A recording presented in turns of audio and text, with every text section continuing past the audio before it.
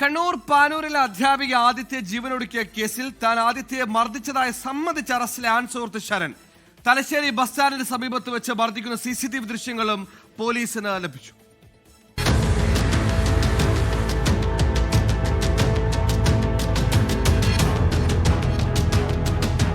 പാനൂരിലെ അധ്യാപികയായ ആദിത്യ ആത്മഹത്യ ചെയ്യാനിടയാക്കിയത് ആൺസുഹൃത്തിന്റെ നിരന്തര ഭീഷണിയെ തുടർന്നാണെന്ന വിവരമാണ് പുറത്തുവരുന്നത്. ബന്ധം ഒഴിവാക്കുമെന്ന് ആദിത്യ പറഞ്ഞതാണ് ശരണിനെ പ്രകോപിപ്പിച്ചത്. കൂടാതെ ആദിത്യയെ ശരൺ മർദ്ദിച്ചതായി സമ്മതിച്ചിട്ടുണ്ട്. തലശ്ശേരി ബസ് സ്റ്റാൻഡിന് സമീപത്ത് വെച്ച് ആദിത്യയെ മർദ്ദിക്കുന്ന CCTV ദൃശ്യങ്ങളും പോലീസിന് ലഭിച്ചു. ആത്മഹത്യയ്ക്ക് പിന്നിൽ മറ്റെന്തെങ്കിലും കാരണമുണ്ടോ എന്നും പോലീസ് അന്വേഷിക്കുന്നുണ്ട്.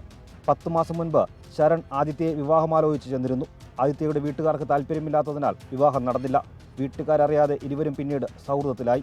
എന്നാൽ യുവതിയുടെ മറ്റ് സൗഹൃദങ്ങളിൽ ശരണിന് സംശയമുണ്ടായതാണ് ബന്ധത്തിൽ നിന്ന് പിന്മാറാൻ ആദിത്യയെ പ്രേരിപ്പിച്ചത്.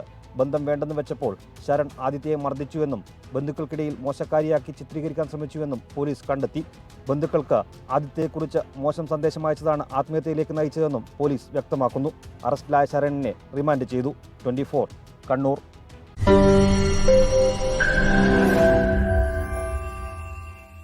ലോകത്തെവിടെയായാലും ഏത് സമയത്തും 24 വാർത്തകളും ഓഗ്മെന്റഡ് റിയാലിറ്റി പാക്കേജുകളും എക്സ്പ്ലെയിനറുകളും വിശദമായി കാണാൻ ഞങ്ങളുടെ YouTube ചാനൽ നിങ്ങൾക്ക് സബ്സ്ക്രൈബ് ചെയ്യാം.